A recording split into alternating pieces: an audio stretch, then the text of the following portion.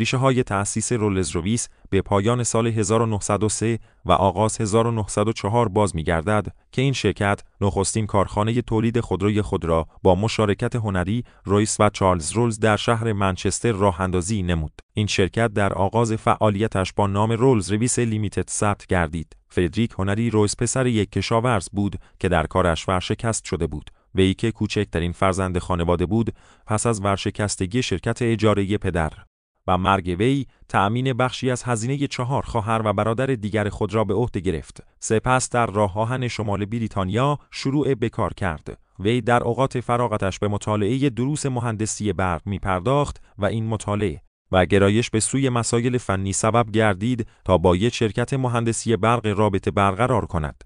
3 سال پس از گذراندن مدت کوتاهی در یک شرکت قطعه سازی به لندن بازگشت و در شرکت نور و قدرت الکتریکی استخدام شد.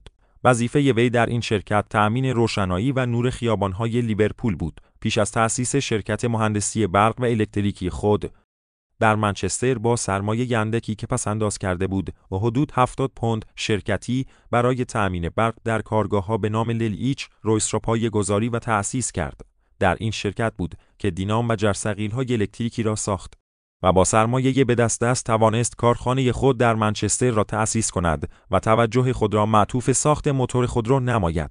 نخستین خودرو رویس یک 4 چرخه فرانسوی ناقص بود که جانشین یک مدل فرانسوی دیگر شد. در طی سالهای 1901 تا 1903 میلادی موتورهای مدل 2 سیلندر دکاویل و دودیون را ساخت. این خودرو یک مدل 2 سیلندر ناصاف بود که در طرح آن رویس تغییرات قابل توجهی به وجود آورد و پس از آن نخستین خودروی خود به نام رویس با موتور 2 سیلندر و 10 اسب بخار را در سال 1904 ساخت. مرسی که تا آخر ویدیو تماشا کردید. لایک. اعصاب سرایب یادتون نره.